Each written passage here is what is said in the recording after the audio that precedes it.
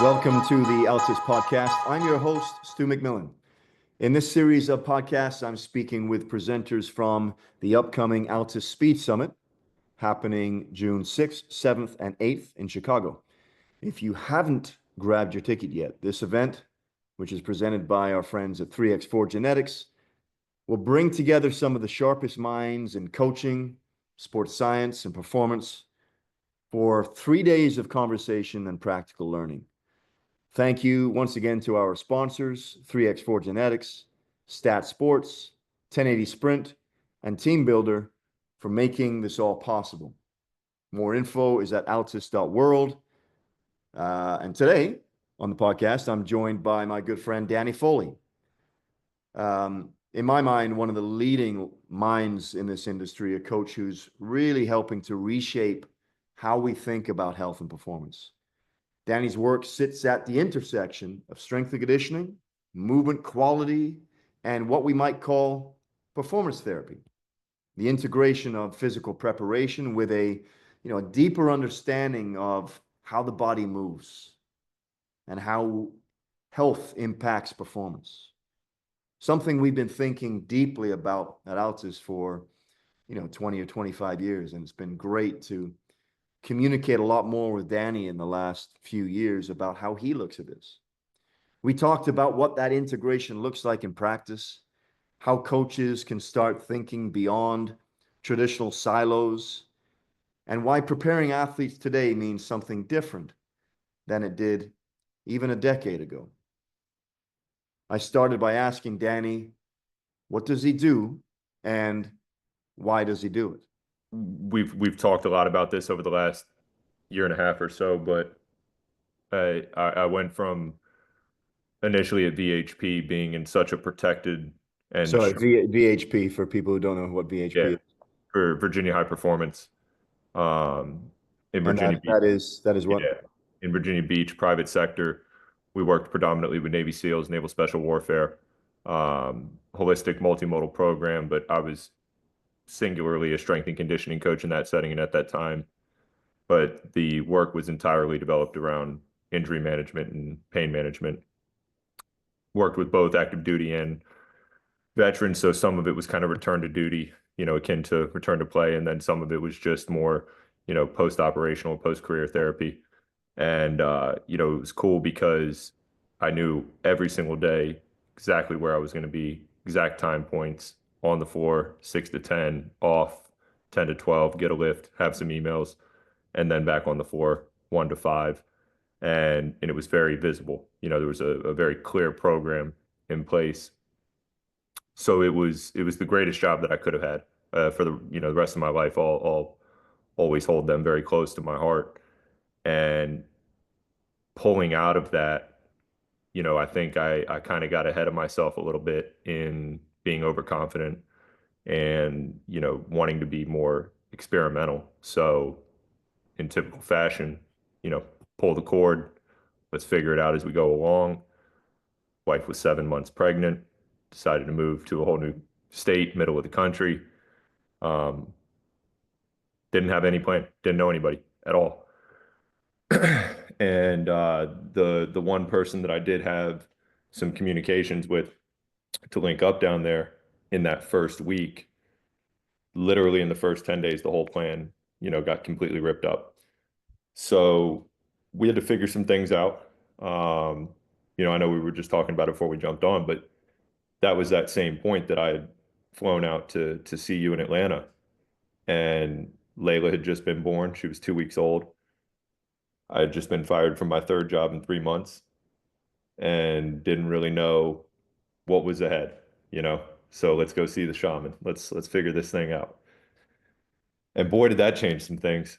That made a immediate and measurable impact on me. Bringing that to where we are now, kind of what I started out with saying, identity crisis was real for the first 18 months of Texas. I was a strength coach, but I wasn't really a strength coach. I was a strength coach in that very specific setting, that niche population, also with full control of my environment, didn't really have any oversight, There was no variability in the scheduling. We knew exactly what was going to be going on. It was all one-on-one. So I had no experience with the team setting, no experience working in groups. And uh, it was uncomfortable, but it was a necessary discomfort. It kind of forced me to see not just the spectrum of what strength and conditioning or human performance is, but also to what is the impact that I'm able to make with this skill set or experience that I have. And that was the one thing that was an advantage at the time was 7 years of that. And I guess estimated it at being about 13,000 hours, 13,000 some change. So truly some skill there and very, very good with that. But it never really dawned on me that like when you change the environment, when you change the population, and then when you change kind of the, socioeconomic demands where at that point my work had really kind of been driven by how are we going to feed this little baby girl? How are we going to support this family with, no real infrastructure in Texas? And I think it kind of led into some good things, but it also led me into some bad habits. And the habits became being too focused on work opportunity and income, getting away from the craftsmanship and really, polishing a skill set. It was all driven by what's available. So I got really good at being able to make myself available, but it never allowed me to create repetition with my work. So it became very fragmented. We got our rhythm. Everything started to kind of settle. Again, kind of tying it back to you and the Altis crowd. That was always kind of like my barometer. It was like every time I was coming out for an event or we were linking up for something, I was taking what I was doing. I was kind of thinking about what I wanted to be doing and then bringing it into that environment and saying, okay, here's where we are, get an objective state on that. And then here's where I'm trying to go. And now I take this information and just try to kind of pivot it into this new direction. So that led into a lot more of the table work, a lot more of the therapy side of things. And when we transitioned out here to San Diego, obviously the big catalyst for that was to link up with Les. And it was almost like kind of rinse, wash, and repeat. Okay, so I was doing this thing that was kind of strength and conditioning, kind of manual based. We've started to kind of form this identity as being this injury tissue fascia, guy, whatever. And now I'm kind of bringing it to the big light with Les. And it was a really incredible experience. Lesson is a pressure cooker. The combine is a pressure cooker. There's a lot of eyes around. There's a lot of people around. A lot of things. A lot of moving parts. And so I felt like it was almost the best opportunity for me to just really quickly kind of get everything up to speed. And it was structured and it was measured, so that helped tremendously. So that leads us to now. And with everything in the last couple of months, getting settled into SoCal, I just feel so grateful, man. I feel very fortunate to have such a great community of people around me, both locally and SoCal. My boy Chris has been, really, really transcendent for me and kind of bringing this thing into more of a systemized approach, more of a measured approach. So rather than just being reactive to what's around me in the environment, we're kind of intentionally starting to craft this as a model now and, learning all that we have from you and from everyone at Altis with the performance therapy model, really looking at it as our opportunity to kind of take that and then, bring our infusion of skill sets into that and then really apply that for the purposes of team sport setting. And I feel like I'm 24 again. I feel like I'm kind of starting all over. It's a brand new slate, brand new group of people, a lot of really cool opportunities, and I'm just having to learn at a really rapid pace, which is my favorite position to be in. Awesome. Appreciate that context and the depth in which you went into that. Now, if you've just met me at an event, and you're not the type of guy to go to a lot of events, but if we were just introduced, and I said, "Hey, Danny, what do you do?" Yeah. Got 10 or 15 seconds to say that. Can you wrap all of what you just said into that 10 or 15 seconds? And what would you say if you can? So I'm a therapist, a coach, and an educator.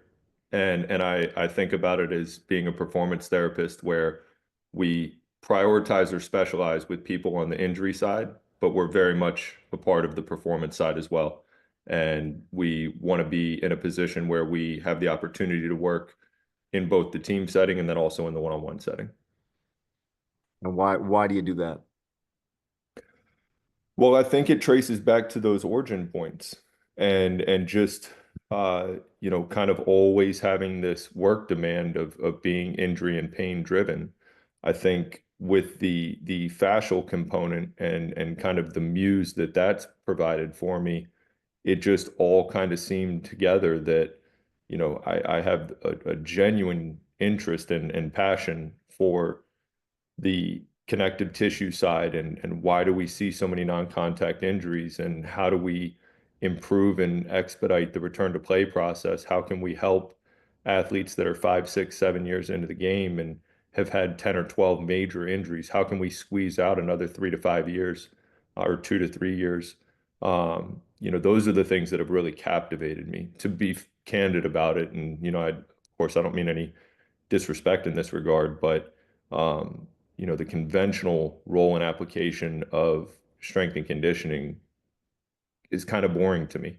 There wasn't a lot to sink my teeth into. It's, getting somebody to add 20 pounds to their squat or add a couple of, inches on their vertical jump to me is pretty simple to do. So I just didn't have that same enthusiasm for it. But once the injuries got introduced and you see the human effect that has, that really meant the world to me, and that was something I could get lost in. So I think that's really where I'm at now is I really want to drill down on that and figure out how we can improve this injury, epidemic that we've been having for the last couple decades now, where the measurable performance has continued to rise over the last 20, 25 years. We haven't been able to make the same effect on injury rates. And that's it's interesting to me. Mm. I'm assuming, and I think this is what I'm hearing as well from you, that this kind of motivation has its roots and its genesis in the work that you did at VHP Oh, with 100. that very specific type of clientele. True? Yes. Yeah. So I think you gave a talk at one of our ACPs that if it wasn't the title, it was a big part of it. But it was something like you're not broken, you're building. Yep. Do I have that right? Yep. Talk to me about that. Like, what do you mean by that? And talk to me about what you meant by that. Like, I feel like that was very, I love that presentation that you gave. And I feel like it was a really great framing. And maybe you can just speak to that a little bit. For sure. So with the Navy SEAL Naval Special Warfare community, I had the privilege of working with the men and women that we see in movies. No other way around it. It's all the people who did all those things. A lot of extremely, you know, high level decorated people, and the archetype of what we all think about when we think about that crowd. They're the superhumans. We look at professional athletes in one light. These are the people that really go out and do the things that are just incomprehensible. We don't think that it's real. So there was a very particular personality and just kind of way of carrying yourself in that community. You don't have the luxury or the privilege to appear weak at any moment, not just in combat, but day to day with everybody else. It'll be sniffed out quickly. So we had the advantage of being off-site. So we were able to kind of get them in, for lack of better terms, a more vulnerable state. They didn't have to be so buttoned up. And you think about what these people have been exposed to, what they've experienced, and what they've accomplished, and seeing them, really stripped down and expressing what back pain is doing to them or what this hip surgery has done to them, or unfortunately we started seeing a lot more cancers and neural disorders, neurodegenerative disorders. and you saw a very raw human, that didn't really know where to go or where to turn. Conventional therapy is not exactly conducive with that crowd. So what we noticed was this program that we were running, which I was just a small part of. There's so many other people involved in this. It was the best therapeutic application for this particular group that I could imagine. Mm. And the reason for that was it was okay for them to not be perfect. It was okay for them to not hit every rep. It was okay for them to need some treatment on their knee. And they didn't feel any type of way about that. And then to add to it, it was driven by the brotherhood. All we were doing was setting the environment. We didn't do very much directly, but we created this space that was truly indelible. And we had these different people that were in their own ways working through their own things. And there was a commonality that could be expressed between them. So to that end, tying this back, when I moved to Texas, I remember I put a tweet out and I was supposed to work at a little private sector facility with kids. So I was working with youth athletes for the first time. I have a particular personality. I haven't, historically been too enthusiastic about kids, but I'm like, hey, let's give this a clean slate, Let's So try. I put a tweet Well, you out. said before about necessary discomfort. So this could be like just one example of the necessary discomfort. So I remember I say, hey, I'm starting with quick kids for the first time. Give me your best 2, 3 points of advice. And I got flooded. Hundreds of people chimed in on that. I think, Mike Boyle kind of led with one, and all of them had a very, similar thread to them. It was, you're going to hate them at first, and you're going to want to punch them in the face. And then, all of a sudden you're going to see them do this jump, and they're going to set a PR, and they're going to come up, and you're going to see this look in your eyes, and it's just going to capture you. Mm. Yeah, well, I did that for a few weeks. I never really got that feeling. Never got there. Didn't really mean much to me. You mean the prepubescent kid that has hormones going through the roof? I gave him a peanut butter and jelly and had him squat a couple of times. They got stronger. No way. That's amazing. So it didn't really register the same for me. Mhm. But God bless everybody who does the work with kids. We need them. I think there's a level of complexity that attracts me to the injury. I think that there's an emotional side of it that really does draw me in. And when you have people that can't walk and you help them get to that point to be able to walk again or stand again, that gives me that feeling. Mm. And on a lesser scale with some of the athletes, an ACL return to play or an Achilles return to play. We've talked a lot about the opportunity I had last year with Rachel Dinkoff. She just competed this past weekend, first Awesome. time in 2 years. How'd you do? In her words, didn't throw how she wanted to or felt like she could, but she was very proud to be back in a competitive state. And those are the types of things that for me just really charge me up. And I think that there's a lot of work that as a strength and conditioning coach, right? Not a PT, not an MT, not an injury specialist, but as a pure strength and conditioning coach, we have a tremendous opportunity to make value on that, make an impact on that. And that goes again back to the Virginia High Performance time where, we weren't doing anything that was extremely specialized or, very sophisticated. We were just making modified adjustments and based on observations, putting them in certain positions or loading them in certain ways. And it was so effective.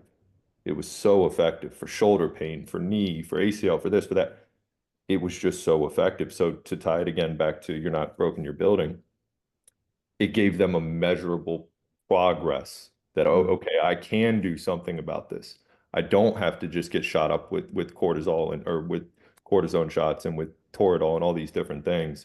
I don't have to just suck it up or fight through it. Like there's things that we can do, and a lot of it is just good strength training. It's supported with other things, but really good strength training is highly, highly potent for injuries. So that was another thing that was, definitely a learning point for me at that time. So it's a framing, really, Yeah, right? And it's you would say it's probably, again, knowing you and the conversations that we've had together, it's a significant point or focal point on how you do frame everything, especially on even your work now, right? Agreed? 100%. Yeah. 100%. You talked a lot about you kind of just created a space, or maybe it wasn't you, but you were part of creation of a space or an environment in which these kind of concepts, these kind of ways of thinking just kind of permeate the entire ecosystem. And it's not necessarily something explicit or a part of an explicit conversation that you have to have with each individual within this environment. It was just there. Now you've moved on from there and you've been in three or four or five or six environments since. How have you been able to successfully been able to try to create environments since then that I'm sure you try to, and probably with some level of success in others and maybe less levels of success in other spaces. I guess what have been your lessons from then? I mean, and I know we're always trying to, when an athlete first feels good about themselves, when they first start feeling like they're really athletic and really successful, often that can constrain their future because they're always seeking that same level of success or that same feeling they had when they started feeling really good about themselves, and can actually just retard their progress in some way because they're not open to these other ways of doing things. And I feel like maybe is that something that you've kind of come across in your experiences since then? Have you always trying to find this environment that you had, this great environment at VHP that I've heard so much about that, man, I'm like, it's not, this isn't it yet. How do we find it? And if it's not, how do we find that? And how do we build that? Yeah. No, I have not. I haven't found anything Yeah. that quite touches that. I don't know that I will, and I don't know that I need to. I think because of the unique aspect of that world with those people that we were working with is for all intents and purposes, that's a one-on-one. Hmm. But with that being said, I've failed a lot in the last 3 years and in a lot of different ways. And so being removed from that environment and experiencing some failure and coming up short and having things fall through, um, was a much, much needed reality check and learning opportunity for me. So I think that through a lot of that failure and lack of execution, it really kind of helped me get better pretty quickly and helped me to organize some things. Now to make an additional point out of that, the other thing that it made me realize is I'm not a lone wolf. I don't want to be a lone wolf. I don't want to do this by myself. And I thought that in Texas, I started getting that feeling like maybe I just do this by myself. Maybe I shouldn't partner with people or collaborate. And I did not enjoy that. So between Chris and Les and some of these people that I've met out here, and then of course very much with you all and what we're doing on the Altis side of things, it may come off as a surprise to some people, but I far more prefer and work better when I'm in that team environment and that collaborative space.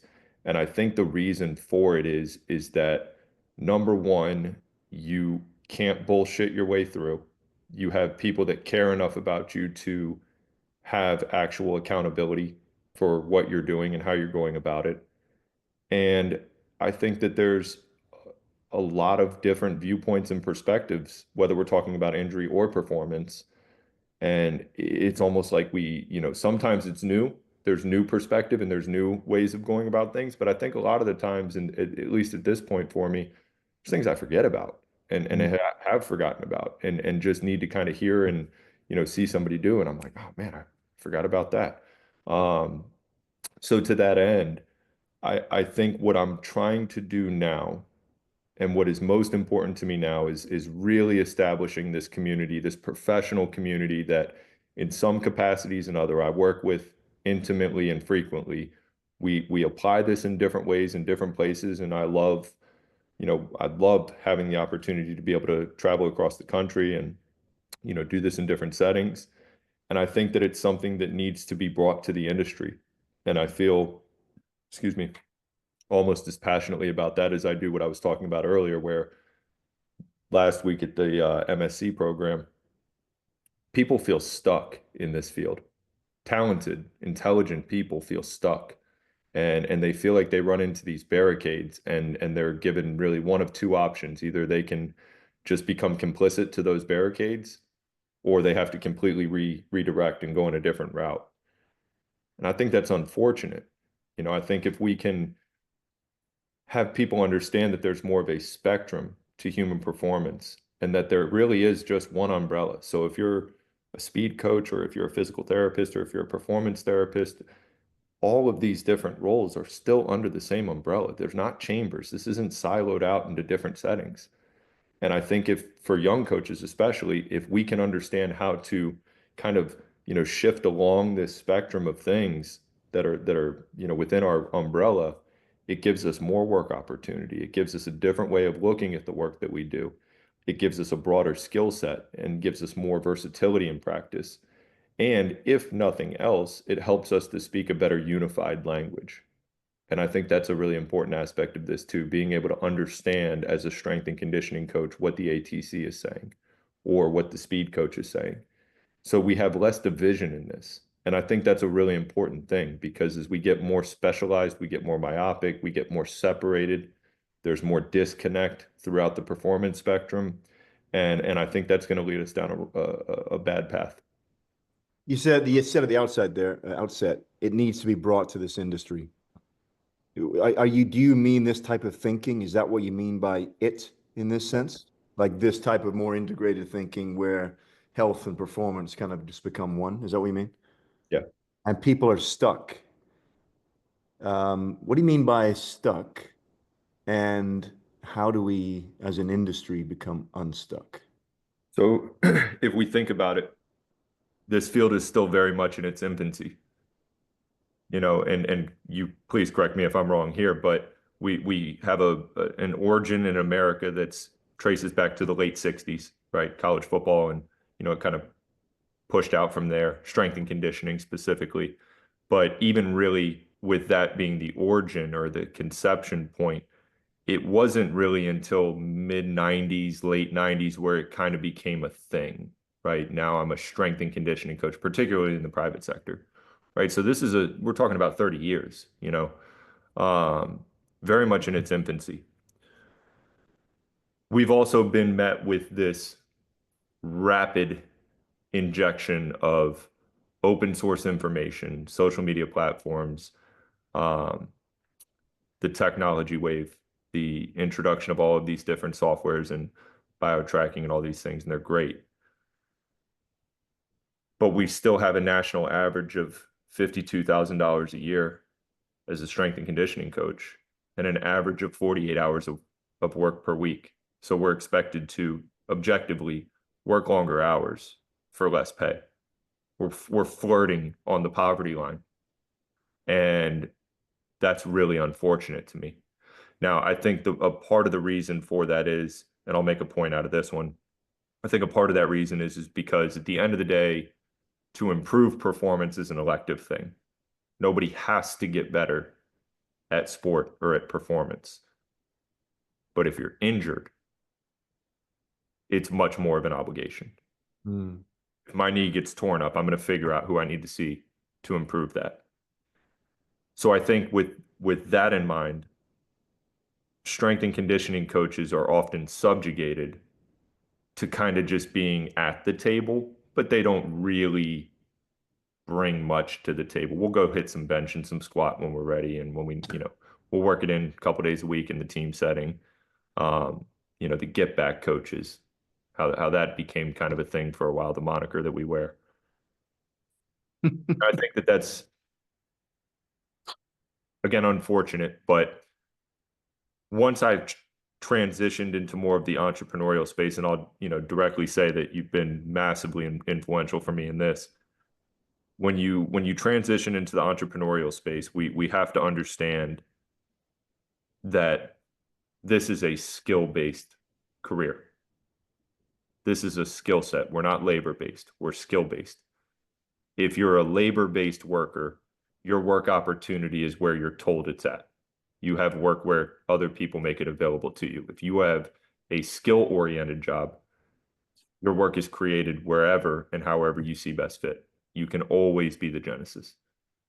So to that end, I think for where we're at right now, we have to influence the younger generation of coaches to understand that you're not just there to put plates on a bench press. You're not just there to fill out, the weights and volume and sets and reps that are done. There's a much deeper sophistication to this, and we need to figure out how to express that in more of a, kind of masses sense. We need to see that. So then, do you feel like, looking into the future here, that the future of strength and conditioning is really that? Or do you feel like there's still a place for the traditional strength and conditioning coach as it stands now, or as it has stood for the last 20 to 30 years? Or do you feel like everything just comes together in this performance therapy domain where everybody has equal responsibility for all things within it? So I think there's a different answer for that between the public and private sectors, right? And we've seen within the team setting, there's always going to be more logistical barriers. There's always going to be more constraints. There's always, people are going to have their roles. And make no mistake about it, being a university level strength and conditioning coach, I'm not saying that, that's not a meaningful position by any means. And the work that those guys and girls do is incredible. You're better than me. I couldn't do that. But I think that there's a What do you mean by that? What couldn't you do within that makes them better than you? Oh my God, the volume of athletes that they're overseeing, and with the introduction of the NIL stuff, the turnover from year to year, and then the role that they have to play in recruiting, and the extraneous responsibilities that they have placed on them, and the long hours and weeks that they have, that's challenging work. But it goes back to kind of my initial point where, why is that such an underpaid position? Why is that you're expected to have a master's degree and 5 years of experience, but you're going to come in at $48,000 a year? Right. I just don't get that. That doesn't make any sense to me. And then again, like with the private sector side, there's a lot more expression of freedom. There's a lot more work opportunity. And you're able to kind of shift and navigate how you see best fit. But to get it back to your initial question, I think that we've already seen this trend where everything is kind of working towards this one-stop shop, right? And I had a call with Meg Young the other day. By the way, she says hi. What's up, She man? said, apparently you've been ducking her calls or something. But she brought up a good point where, the number one, like the fastest growing position within strength and conditioning over the last 5 or 6 years has been a return to play specialist. Mm-hmm. Yeah, she's right. And so I think that that's an interesting thing where now we're starting to see this, kind of intermediate space where, okay, we're not 100% healthy, but we're also not injured to where we can't train. We're starting to see it more as a continuum as opposed to being in these different silos, because that was one of our foundational points from VHP, and I've maintained this onward, is the worst thing that you can do with injured athletes is separate them from their team and put them in a corner and throw them a minivan and say, hey, go do some clamshells and then just check in with me when you're done. I'm going to check on these other 5 people that I'm working with concurrently. Mm-hmm. Right? You're reinforcing that they are broken, that they can't do this or that. So I do think that we're trending in the right direction. As it applies to me specifically, I want to be able to touch as much of that spectrum as I'm able to. I'll never be, first phase, early phase ACL return. Never. It's not my, I'm not credentialed or licensed to do that. So those people serve their specific role. I will never be in that university setting with 100 people in front of me running the weight room. I don't do that. But I want to touch pretty much everything in between that.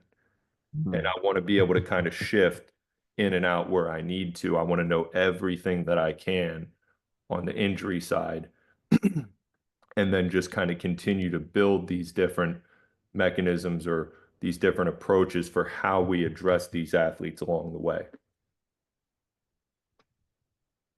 What is it about you think specifically that you're driven towards a more entrepreneurial private sector role within this? Do you think that is you cannot affect it within the team setting? Or is it something a little bit different within you that you just want a little bit more control? You require a little bit less structure? What is it? Why? Because I can't see you working for team. Like if somebody comes to you tomorrow and says, Danny, an NFL team calls you up and says, I'm going to give you $1 million to come be our RTP specialist. I don't think you say yes to that. Mm-hmm. No. But a lot of people in your position that would. Like, what is it in you that would say, nah, I can't do that? Because you've already said it, you work best within a team. Here's a team. There's a ready-made team for you right here. Come and be a part of our team. Yeah. I think being fired from 7 gyms in under a year was a good tell sign. It's impressive. Yeah. My wife didn't have the same word. Nicole didn't have the same word, but yeah. I can be confrontational. I think there's a specific way that things need to be done most of the time. And I would challenge the word, to use your hypothetical here. I would challenge that phrase of we have a team here ready for you. Do we really have a team? Is this really a team? Yeah. And from what I've seen, over the years,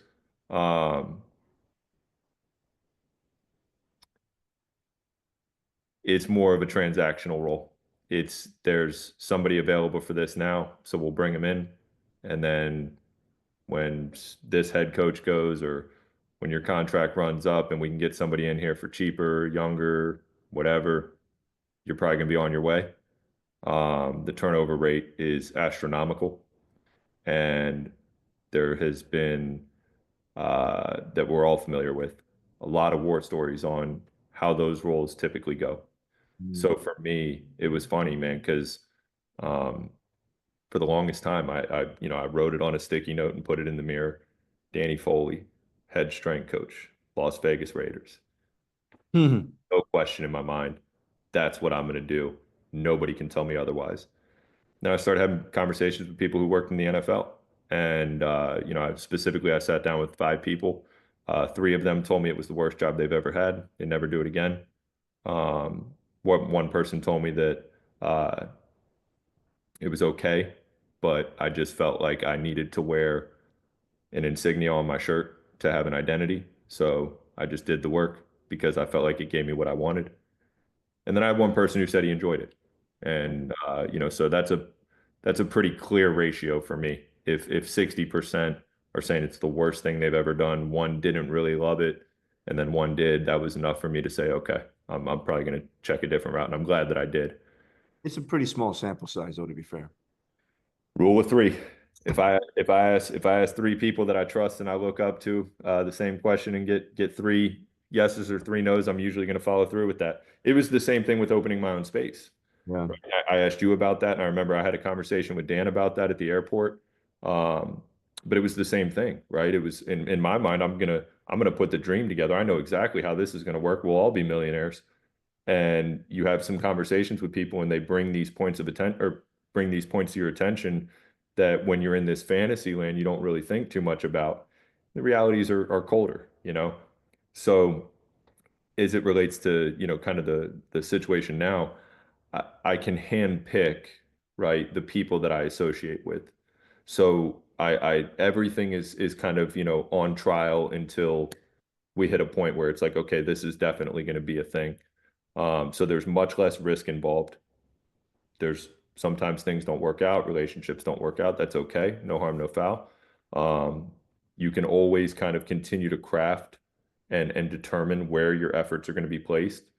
So if I feel like I'm getting more return on this side of things over here, so for instance, working, more in the performance therapy role as opposed to more of just a pure strength and conditioning role, well, okay, well, now we're going to kind of, focus a little bit more on uplifting this side. And then I think the last thing I would say is the opportunity to have freedom of expression. So being able to share things when I want to share them, being able to do different events or different, collaborative opportunities. I don't want to ever have to ask somebody permission for being able to do that. I want to be able to navigate that with full autonomy at all times. I think a big part of it, and one of the reasons why we get along so well, I feel like, one of our primary values we share, and that's freedom. Yeah. And the freedom to do what we want to do and not to be told what to do by someone else, or the constraints that would be inherent if we're working for someone else. Like free to work with who you want to work with, whether that's the athletes that you work with or the colleagues that you choose to work with. I think it's like I feel like that's such an important thing for me, and obviously for you. It's not for everybody, you know what I mean? Some people will, their value is different, and our values also change over the course of our careers, right? Yeah. That's actually always been important for me, and I feel like that's always been important for you, but it's not for everybody. And it's and just go back, it's like I've been working with a lot of people in professional sport for a long, long time, for decades now. And there are exceptions to that. Like there are some really good teams of people. There's some really excellent cultures that have been developed over the course of years and sometimes even decades in many of the sports, whether that's Premier League soccer in England or whether it's Major League Baseball or NFL.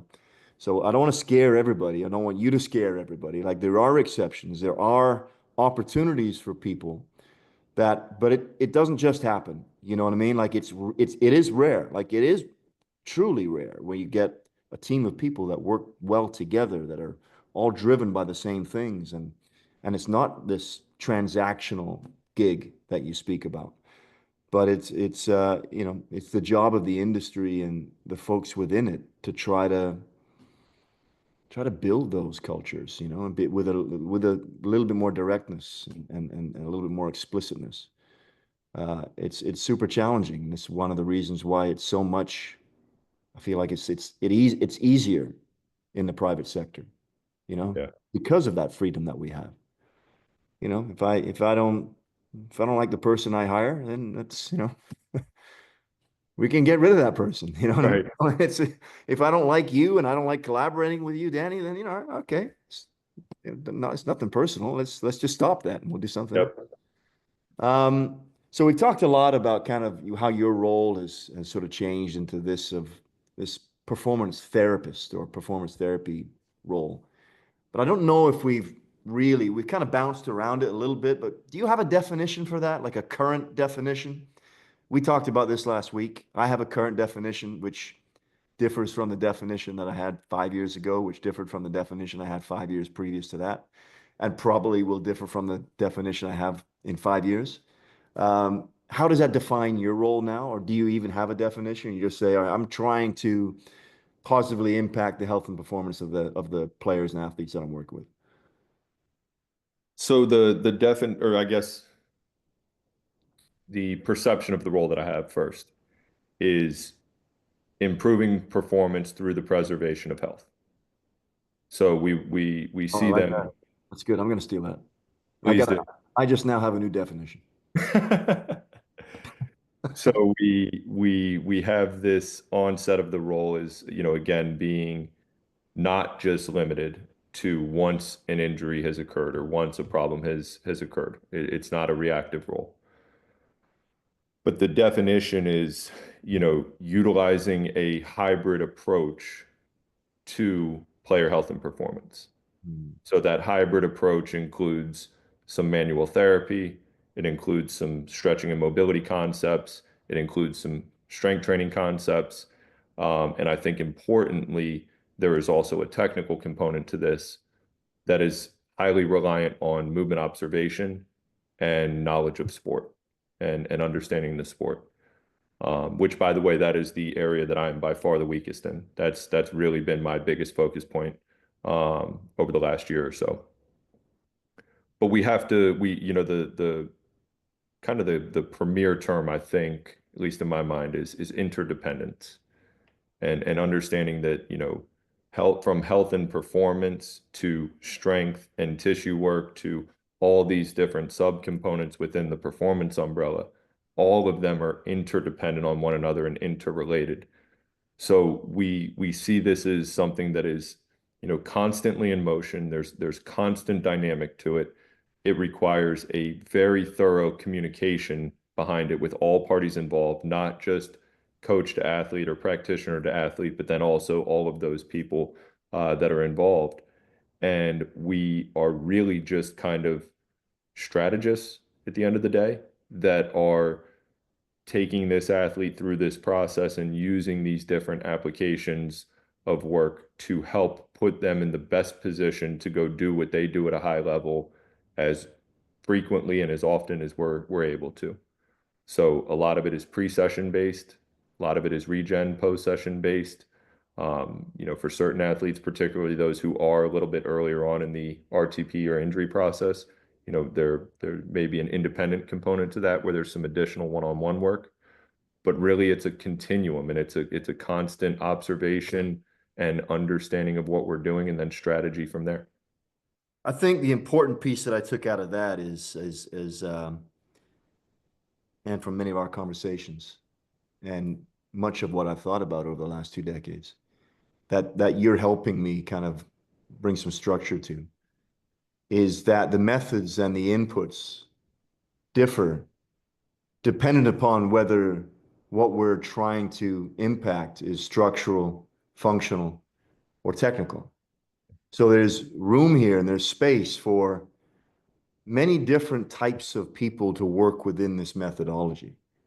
It's not just, you don't have to be a therapist with a table on the side of the track or the field to be a performance therapist, which was the gap in our original definition of this, right? So we started thinking about this type of work in sort of the mid to late 90s, where basically we just took a table to the track, and that was performance therapy. We're integrating therapy with a performance. We're doing some input, which is typically structural, and then there's some sort of performance.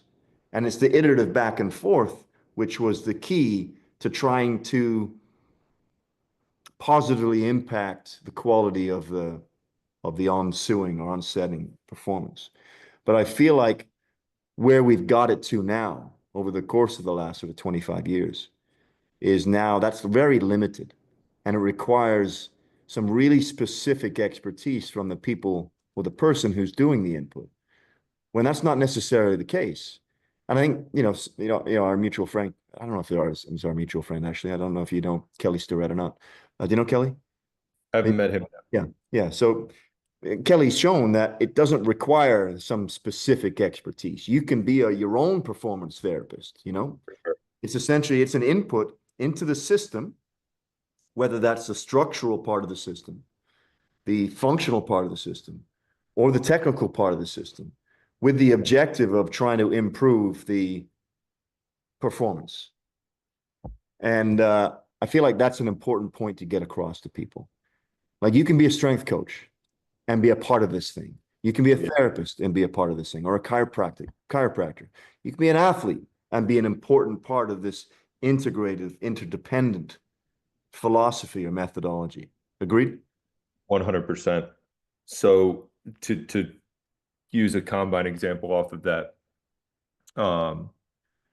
we had a guy who had a mild hamstring thing. I wouldn't even go as far as to say it was a strain, but we were about 3 weeks out from combine, and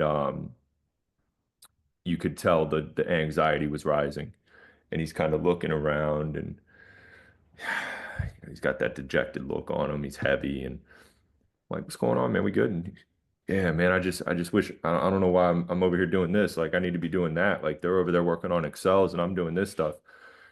And I said, what's the goal? Well, goal is to be doing this stuff and you're not missing training. I said, no. The goal is to be as absolutely healthy and as absolutely fine-tuned as you can be in Indy. It's all that matters. Mhm. And so with where you're at right now, with what we've had happen, them doing excels right now, and you doing this goofy hamstring bridge series with some tissue work are exactly the same magnitude. This is exactly what you need right now in order to get to there at that point. I think it kind of gave a little bit of a light bulb. So with that, we go back to this single umbrella: human performance, sport performance, all these different things that are filed underneath of that. Extremely extensive. What are the things that we need to do right now to create the best opportunity, transient window or otherwise, for you to improve your technical skill or increase your physical capacity so that you can perform at a higher level and in all likelihood do so with a greater consistency, frequency, and day-to-day, feel. So we're just doing these things that are required based on what we're observing for you to go do that. And sometimes that means banging weights, and sometimes that means doing a heavy Excel day.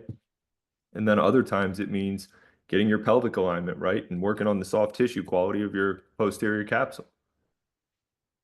All of it is driving towards performance at all times. What are you speaking on at the Speed Summit in Chicago? Have you thought about that yet? Yeah, I think I've had a passing thought or two. Yeah. Yeah. Talk to us. Tell us. Proactive approach to injury restoration and management. So really, it's a lengthier terminology for performance therapy. I'm gonna touch on a lot of what we did at Combine, which I can proudly say, and again, I'm one of many on this. Chris G was a big part of this. Kevin Lang, who's in the MSc program, Joseph Batista. We were the kind of the performance therapy health team for Les. We had 0 missed training days, which was really cool. Kept everybody available. I think for all intents and purposes, we did a great job, especially coming together and just meeting each other. So I want to touch on that a little bit. And then in addition to that, really kind of diving into how this overlapping of, like like we've talked about, table to turf, my super original thought process there. How does it actually work? And this is something I'm still very much figuring out for myself. But the work that I'm doing now with Chris, I keep referencing him, Chris Guerin. Yeah, who is Chris? Chris Guerin, yeah, he's worked with Les for a few years now. He's been in Southern California for a long time. He's another one that somewhat of a misfit within the field. Does he do PT? Does he do S&C? So he's a definite thinker, man. Guy's absolutely brilliant, really, really good human. Have really enjoyed spending time with him. So we've been, really kind of going through this and spending a lot of time together figuring out precisely how does this work. And I think, I'll take it back to a term we just mentioned where it's an interdependence. It's not there's no separation in, okay, we are doing table stuff and then now we're not doing table stuff. It's we're on the table when we need to be on the table, and then we're on our feet or on the floor when we need to be on our feet or on the floor. And just trying to get this to be a very fluid process, checks and balances along the way, making sure that we're kind of ingraining some movement literacy into this as well, which feeds into the technical component. So being more precise about different foot pressures, hip positions, how the upper body's relating to the lower body, and really trying to ingrain improved movement patterning with the athletes that we're working with. So it's been a really cool process. Awesome. I look forward to hearing more about that in Chicago. Thanks, Danny. I appreciate your time as always. Anything that we didn't talk about that you wanted to talk about, or is that good? Man, I'd talk to you for another 4 hours if we could. Oh, No, it was great seeing you last week. I had a great time working with the athletes. Really great time with everybody in the MSc program. I guess that's one thing I'll put a plug on there. man, for anybody at any point in their career, if you do this human performance thing on any side of it, that is a really special environment. That was a cool week last week. I had a really great time with everyone. Always refreshing for me. So I'm going to be riding high for a few months every time I come back from Altis. We actually talked about that quite a bit. It was really like it was kind of surprising to me actually. So we were it's the first cohort of our very first MSc program. This is our first residential. We're joined by 30 coaches, and it's a master's degree program, right? So I was kind of thinking like most of these cats are going to be 25 years old, just kind of starting out. But it wasn't that at all. Like there No. were some really smart people in that room, some really experienced people in that room, which kind of surprised me. So don't feel if you're listening to this that, all right, you know what, I'm mid 30s. It's too late for me to get a master's. It's not. It really isn't. Like there's a lot of other people out there doing it. So it was cool. It was for me, it was pretty inspiring week as well, just being around a lot of super smart people and a lot of people who were really curious about this thing. And yeah, we really appreciated you coming and Rob coming and Nick and it's just it was a great week. And so I had a as blast. always, man, I appreciate you. I appreciate your time today. We'll definitely chat soon. Well, that was a really great and powerful conversation. Didn't surprise me at all. I love talking to Danny. Spent much of the week last week with Danny here in Phoenix during the first residential of our first cohort of the MSc program that we're running. Danny's got a really clear and grounded way of explaining what many of us are feeling and struggle to communicate. The boundaries between sort of rehab, strength, movement, performance, readiness, blah, blah, blah. It's becoming, really the way in which the future of this industry is going for me. Thanks again to our great sponsors, 3x4 Genetics, Stat Sports, 1080 Sprint, and Team Builder for supporting the ALTIS podcast, as well as our upcoming ALTIS Speed Summit. We'll see you in Chicago, June 6th, 7th, and 8th. Tickets and details are available at altis.world. Thank you once again for listening, and we'll see you next time.